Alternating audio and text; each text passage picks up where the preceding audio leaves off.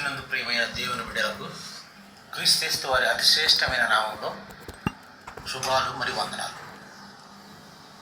మరి ఈరోజు కూడా నేను ఉపవాస ప్రార్థన గురించి, ఎందుకంటే ఇప్పుడే చెప్పారు 25 రోజులు మనం ఉపవాస ప్రార్థన చేసాం. చాలామంది దేవుని బిడ్డలు చాలా చక్కగా మరి ఎంతో శ్రద్ధతో వివరించారు. మనం చూస్తూ వెళ్తే పరిశుద్ధ గ్రంథంలో మరి అనేకమైన చోట్ల దగ్గర 50 times it was mention the miracles of fasting prayer. ఉపవాస ప్రార్థన వల్ల జరిగిన గొప్ప మరి మిరకల్స్ ఉపయోగాల గురించి మనం విన్నాం. ఉపవాస ప్రార్థనట పరలోక శక్తిని భూమి మీదకి దించగలిగినటువంటి గొప్ప మహత్తరమైన శక్తి కలిగినది ఉన్నది. మరి ఒకసారి ఉపవాస ప్రార్థన జస్ట్ ఎలా ఉంటుందో చూద్దాం. ఉపవాసం అంటే అంటే మనందరికీ తెలుసు కదండి. ఉప ముఖ్యమంత్రి, ఉప ప్రధానమంత్రి అంటే ప్రధానమంత్రి కింద ఉంటారు, ముఖ్యమంత్రి కింద ఉంటారు ఉప. అలాగే దేవుని వాసము ఉపవాసం. దేవుని క్రింద మనం చేసేటువంటి వాసము సహవాసము దేవునికి అతి దగ్గరగా వెళ్ళే ఉపవాసం. నేను ఇందులో ఒక 4 అంశాల గురించి చెప్పాలని ఆశపడుతున్నాను. ఒకటి, అసలు ఉపవాస ప్రార్థన అంటే ఏంటి? రెండవది, ఉపవాస ప్రార్థన ఎలా ఆచరించాలి? ఉపవాస ప్రార్థన అంటే ఏంటి? ఉపవాస ప్రార్థన ఎలా ఆచరించాలి? ఉపవాస ప్రార్థన వల్ల మనకు ఉపయోగాలు ఏంటి? What are the benefits we're getting from the fasting prayer? తర్వాత పరిశుద్ధ గ్రంథంలో ఈ యొక్క ఫాస్టింగ్ ప్రేయర్ గురించి ఏమని చెప్తున్నారు?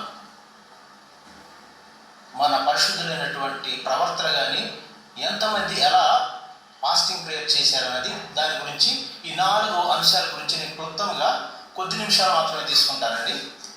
అది చెప్పాలనుకుంటే ఇంక 1 hour వరకు చెప్పొచ్చు, కానీ మరి మాస్టర్ గారు చెప్పినట్టుగా ½ an hour లోపే నేను I will try to finish. ఒకటిది, ఉపవాస ప్రార్థన అంటే ఏంటి? అసలు ఉపవాస ప్రార్థన ఏంటండి? దేవుడు ఏమిటంటే ఆత్మీయంగా ఉంటూ పరిపూర్ణముగా పరిశుద్ధమైన మనసుతో పరిశుద్ధమైన వాక్యములు చదువుతూ ఆయన సన్నిధిలో ఉంటూ పరిపూర్ణ హృదయంతో పాపములను క్షమించమని నీ హృదయమును చించుకొని కన్నీటితో మొరపెట్టుకొని గొప్ప మనశ్శాంతి పొంది దేవునికి అతి సమీపముగా ఉంటూ ప్రతిఫలం కోసం ఆయన చిత్తము కొరకు ఎదురు చూస్తే ఉపవాస ప్రార్థన. ఏమన్నా అర్థమైందండి? మళ్ళీ ఒకసారి చెప్తాను. ఉపవాస ప్రార్థన అంటే ఏంటంటే ఆత్మీయంగా ఉంటూ పరిశుద్ధమైన మనసుతో పరిశుద్ధ వాక్యములను చదువుతూ ఆయన సన్నిధిలో ఉంటూ సంపూర్ణమైన హృదయంతో కన్నీటితో మొరపెట్టుకుని గొప్ప మనశ్శాంతి పొంది దేవునికి అతి సమీపంగా ఉంటూ ప్రతిఫలం కోసం ఆయన చిత్తము కొరకు ఎదురు చూస్తే ఉపవాస ప్రార్థన. ఇవి నేను కొత్తగా ఏం చెప్పలేదండి, బైబిల్ పరిశుద్ధ గ్రంథంలో ఉన్నటువంటి వచనాలే. ఉపవాస ప్రార్థన అంటే ఏంటంటే ఇప్పుడు చూసాం కదా. అలాగే మనకి ఇప్పుడు వరకు చాలామంది మన సహోదరులు చెప్పారు ఉపవాస ప్రార్థనలో రెఫరెన్స్లు ఎన్నో ఉన్నాయి. ఉపవాస ప్రార్థన అంటే ఇంకొక విధంగా చెప్పాలంటే లోకరీత్యా ఉన్న కార్యక్రమాలన్నింటికి దూరంగా ఉంటూ మనకు అతి పెద్ద సైతాన్ ఏంటంటే మొబైల్, టీవీ. ఒక 40 రోజులు మీ మొబైల్ వదిలేసి ఉండగలరా?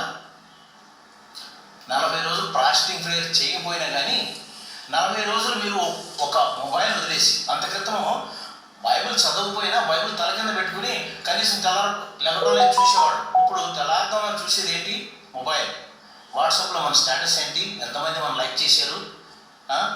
మనం ఫస్ట్ మొబైల్ ఏంటి ఈ రోజుల్లో ఉండలేదు. ఒక 40 దినాలు ఉపవాసం అంటూ ఈ మొబైల్, టీవీ, షాపింగ్ కార్యక్రమాలన్నీ దూరంగా పెట్టేసి మనం ఉండగలమా? మనం చేయగలమా? చూడండి, ఉపవాస ప్రార్థనకి దేవునికి అతి సమీపంగా వెళ్ళట. కొన్ని అంశాలు తీసుకొని నిర్దిష్టమైన అంశాల గురించి మన చూస్తే ఎస్తేరు గ్రంథం దగ్గర నుంచి ఎంతోమంది ఒక నిర్దిష్టమైనటువంటి అంశాలు తీసుకొని వాటిని గురి కలిగి సాధించాలని హృదయం చించుకొని దేవుని సన్నిధిలో మొరపెట్టి ఫలితాలను పొందారు. మనం ఇట్లా చూస్తూ వెళితే ఉపవాస ప్రార్థనలో ఇంకోటి ఉందండి. పస్తులు ఉండటం వేరు, లంకనం ఉండటం వేరు, ఉపవాసం ఉండటం వేరు. మీకు అందరికీ తెలుసు లంకనం అంటే డాక్టర్ గారు ఏమైనా రోగం వచ్చినప్పుడు లంకంలో ఉంటారు, ఏం తినకుండా. వస్తుండటం అంటే ఏమీ లేనప్పుడు తినకుండా ఉండటం.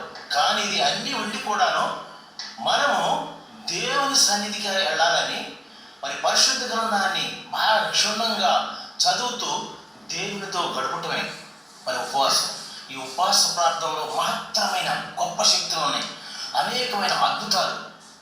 మరి నిన్ననే బైబిల్ చదివాను. ఒక గొప్ప విషయాలు ఏంటంటే, ఒక రాజు చుట్టూ 4 పెద్ద పెద్ద సైన్యాలతో కూడినటువంటి రాజులు వస్తారు.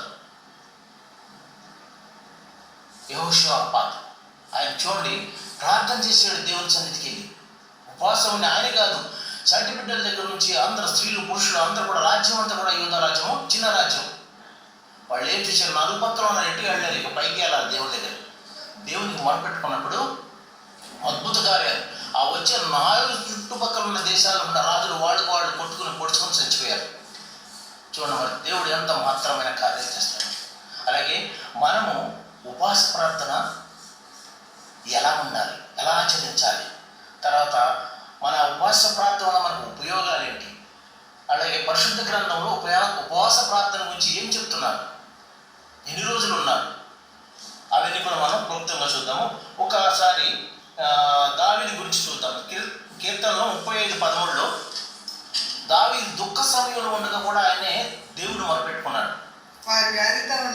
వారు వ్యాధితో ఉన్నప్పుడు అంటే దుఃఖంలో ఉన్నప్పుడు గోనెపట్ట కట్టుకుని ఉపవాసం చేత ప్రాణమును ఆయాసపరచుకుంటాడు. చూడండి, ఆయన ఉపవాస ప్రార్థన గోనెపట్ట కట్టుకుని. ఇప్పుడు మనం గోనెపట్ట కట్టుకుని ఉన్నవసరం లేదు, కానీ నీ పరిశుద్ధమైన మనసుని నీ ఫుల్ టైం.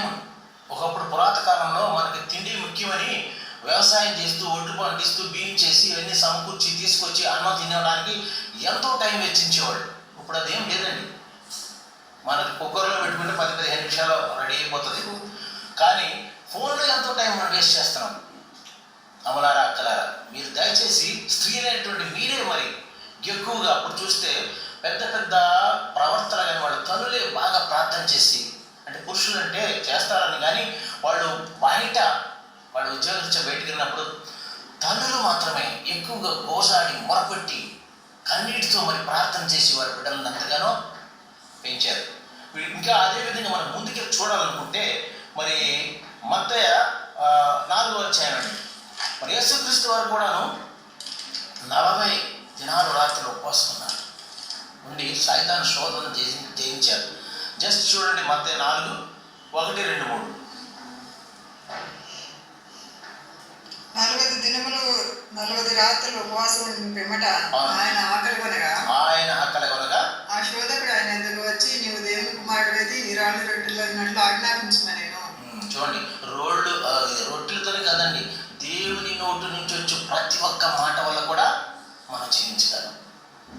చూడండి, మరి ఆయన 40 రాత్రులు పగలు ఉన్నారు.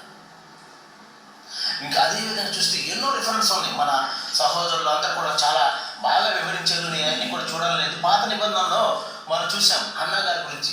గొడ్రాలు అయినట్టుగా 1 సమూయేలు 1:11 కూడా ఆమె ఎంతో ప్రార్థన చేస్తుంది, నాకు కుమారుని ఇస్తే నీకు ఇచ్చేస్తానని. అట్లాగే కొత్త నిబంధనలు కూడా హన్నా గారు ఉన్నారు. 84,000 వృద్ధురాలు, లోక 2:37 ఉంటే చూడండి, 36-37 ఆమె కూడాను దేవాలయం విడువక మరి ఆ పరిశుద్ధిని రాకపోస్తూ ఎదురు చూస్తూ ఆమె కూడా ఉపవాసం ప్రార్థన చేసింది. ఎంతోమంది గొప్ప గొప్ప వాళ్ళు మరి ఉపవాసం ఉండి వాటి యొక్క ఫలితాలను పొందారు. మీరు 2వ విషయంకి వస్తామండి. ఉపవాస ప్రార్థన వల్ల మనకు ఉపయోగాలు ఏంటి, ఉపవాస ప్రార్థన చేయడం వల్ల మనం పొందేటువంటి మేళ్ళు ఏమిటి, వాటి యొక్క benefits, what are the benefits you're getting out of the fasting period. ఒకటి, ఆధ్యాత్మికంగా దేవునికి దగ్గరగా అవ్వచ్చు పశ్చాత్తాప హృదయంతో. రెండవది, మన ఎడల దేవుని చిత్తం గ్రహించవచ్చును, అయ్యా నీ చిత్తం ఏంటి నా ఎడలని ఉపవాస ప్రార్థన అడగవచ్చు.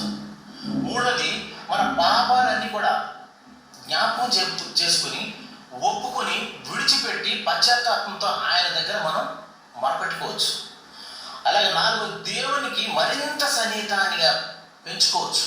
ఇంకా దేవునికి దగ్గర అవ్వాలంటే ఆ ఫాస్టింగ్ ప్రేయర్లోనే అప్పుడు చూడండి, దేవుని వాక్యం చదివేటప్పుడు మామూలుగా అర్థం అవుతుందో లేదో కానీ ఉపవాసం ఉండి చదవండి, మీరు దేవుని యొక్క వాక్యం చాలా క్లియర్గా అర్థమవుతుంది, ఎన్నో మర్మాలు తెలుస్తాయి.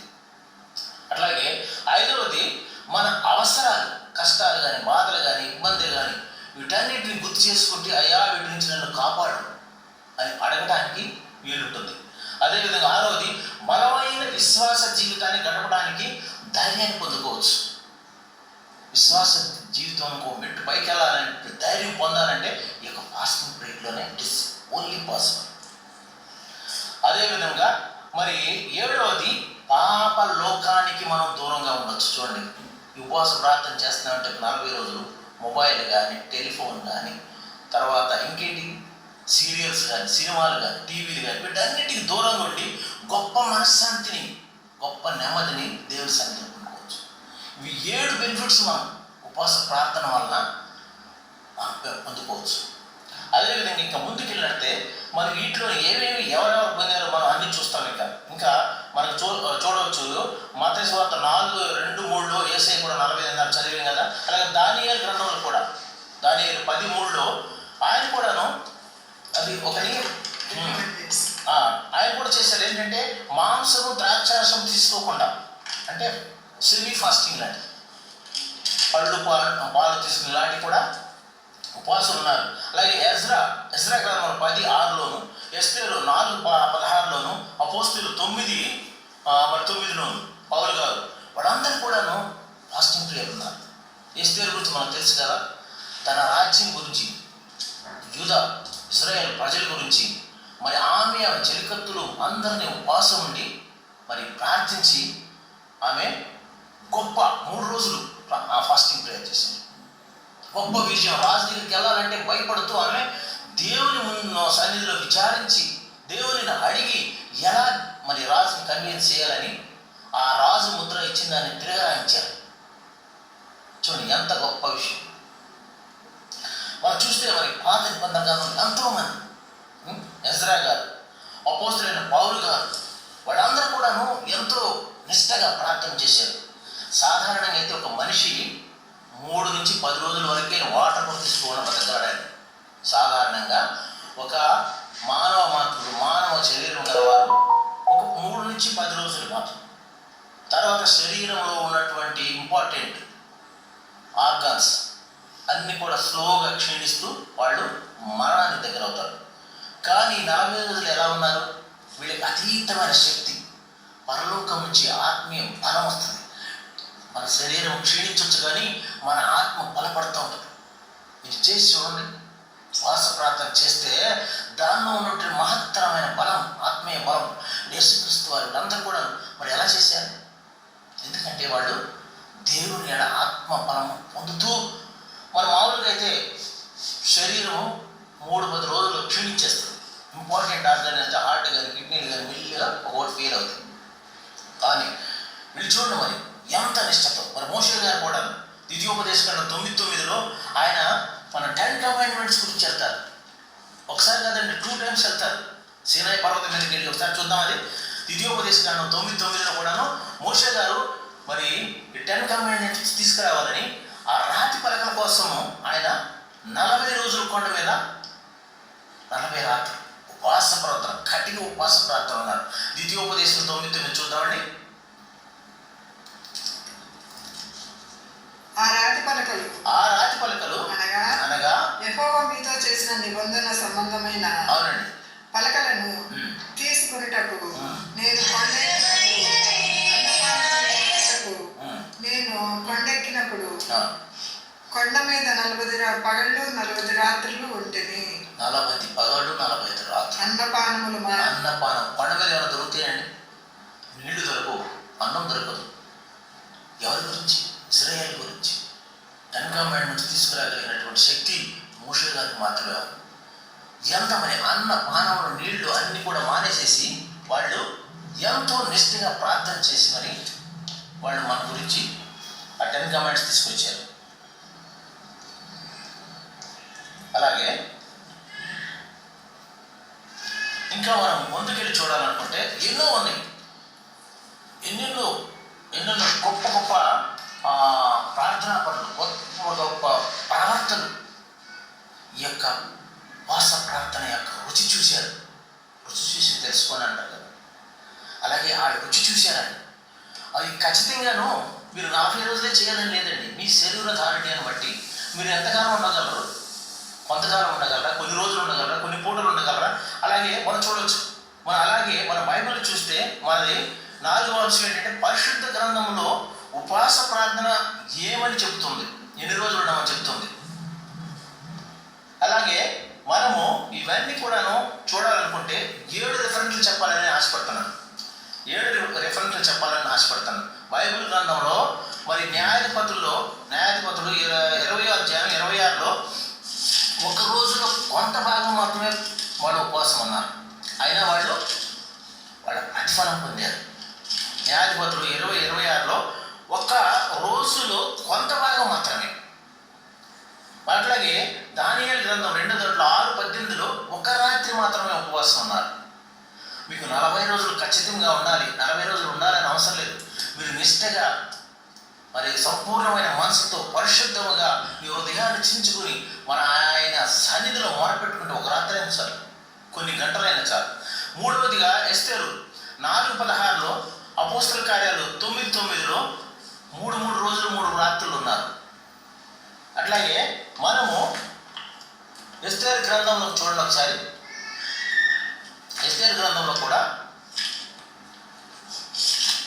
ఎస్తేరు 4:16 మీరు పోయి శిక్షణ నందు కనబడిన నిధులందరినీ సమాజ మందిరం సమకూర్చి నా నిమిత్త ఉపవాసం ఉండి 3 దినములు అన్నపానములు చేయకుండుడి. 3 దినములు నేనును నా పనికత్తెలను కూడా ఉపవాసం ఉండును. చూడండి, ఆడలే కాదు, పనికత్తులు, ప్రజలు. ఇంకొక చోట చూస్తే మనం వాళ్ళకు పశువులు కూడా ఉపవాసం ఉండి ప్రార్థన చేస్తారు, శిశువులు. వీళ్ళు 3 రోజులు. అలాగే ఫస్ట్ శామ్యూయలు 31:13లో చూస్తే మరి ఇంకా 2వ సమయంలో 12:16లో చూస్తే వాడు 7 రోజులు, 7 days. మనం చూసే ఒకటి న్యాయాధిపతుల్లో ఒక రోజులో కొంత భాగం మాత్రమే ఉన్నారు. ఎస్తేరు గ్రంథంలో మరి 3 రోజులు ఉన్నారు. అలాగే సమయంలో 31:13లో, 2వ సమయంలో 12:16లో కూడా 7 days.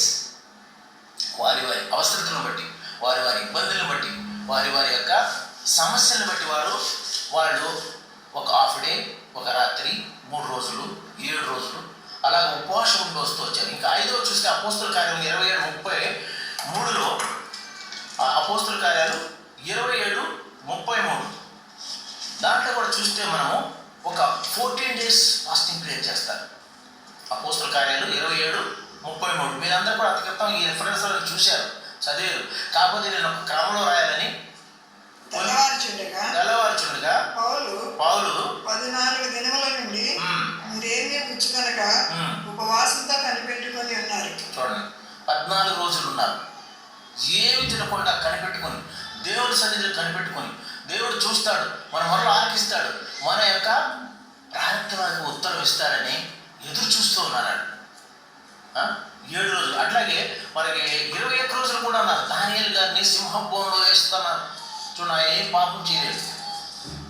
ఆయన మరి హృదయానుసారుడు, యెహోవా ఎంతో బహుప్రియుడు ఆయన. అలాంటి ఆయన కూడా తీసుకెళ్ళి మరి సింహభూమిలో వేస్తుంటే ఆ శాసనంలో కూడా ఈయన కూడా సంతకం పెట్టాడు. ఎవరైతే ఆ రాజుకు నమస్కారం చేయరో వారిని సింహాల భూమిలో వేస్తారు. ఆయన భయపడలేదు. I don't care, God is with me అని ఆయన రూమ్కి వెళ్ళి ఇజ్రాయేలు దేశం తట్టు తన కిటికీని తెరిచి మరి ఆయన ఎరుసలేముతాడు కన్నీరు విడిచి మోకాళ్ళ నుంచి ప్రార్థన చేశాడు. మరి ఆయన చూడండి, సింహపు నోళ్లను బంధించేసాడు దేవుడు. అంత గొప్ప దేవుడు. ప్రార్థనలో మన యొక్క దైవ శక్తిని భూమి మీదకి దించగలిగినటువంటి పవర్ ఉంది. ద పవర్ ఆఫ్ ప్రేయర్ అని ఒక బుక్ నేను ఒక 20 సంవత్సరాల క్రితం చదివానండి. అప్పుడు అంత బాగా అర్థం కాలేదు, కానీ ఇప్పుడు నేను గుర్తొస్తున్న బుక్ దొరకట్లేదు నాకు. The power of the prayer, ప్రార్థన. చూడండి, స్త్రీలైనటువంటి అక్కలారా, చెల్లెళ్ళారా, అమ్మలారా, మీరే మరి ఎక్కువగా ప్రార్థన చేయాలి, మొరపెట్టాలి. మీకు ఎక్కువ సమయం దొరుకుతుంది కాబట్టి మీరు దేవుని సన్నిధిలో కనిపెట్టుకుని ఉండండి. ఉపవాస ప్రార్థన 40 దినాలే కాదు, మీకు ఎప్పుడు అనిపించినప్పుడు చేయొచ్చు. ఒక రోజు ఉండండి, ఒక పూట ఉండండి, 2 రోజులు ఉండండి, 3 రోజులు ఉండండి. దేవునికి నిష్టగా మరి దేవుని సన్నిధిలో కనపడండి. వాసం ఉన్నటువంటి లోకరీత్యా ఉన్నటువంటి శరీర క్రియలన్నీ కూడా దూరంగా పెట్టేసి మొబైల్లో కొన్ని రోజులు పక్కన పెట్టండి. ఉండగలమా? దేవుని సన్నిధిలో కనపడండి. మీకు తెలిస్తే దేవుని యొక్క మేళ్ళు, దేవుని యొక్క కృపలు, ఆయన ఎంతగా మరి మనల్ని ఆదరిస్తాడు, తీరుస్తాడు. అదే విధంగా చేస్తే మరి ద్వితీయోపదేశ కాండము 9:9లో కూడా మనం మోసే గారిని చూసాం కదా. 1 Kings 19:8లో కూడా ఏలియా గారు మరి ఆయన కూడా 40 రోజులు చేస్తారు. చూడండి, 1 రాజుల గ్రంథము 19:8లో కూడా మరి ఏలియా గారు చూడండి, మరి ఆయన పర్వతం మీదకి వెళ్ళి ఒక చిన్న అప్పం తిని బతుకుతారండి. అప్పుడు రాజులు అతడు లేచి భోజనం చేసి ఆ భోజనము బలము చేత 40 రాత్రింబగళ్ళు ప్రయాణం చేసి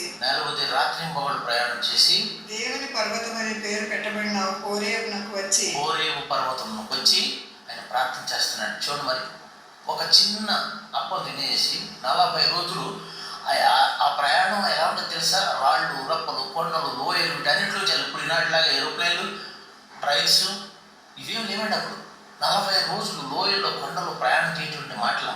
ఒక పక్క నుంచి క్రూరముగా రావచ్చు, ఆహారం లేదు, కానీ ఆయన దేవుని మీద నిరీక్షణ, దేవుడు మనకు సహాయం చేస్తాడనే ఆశ.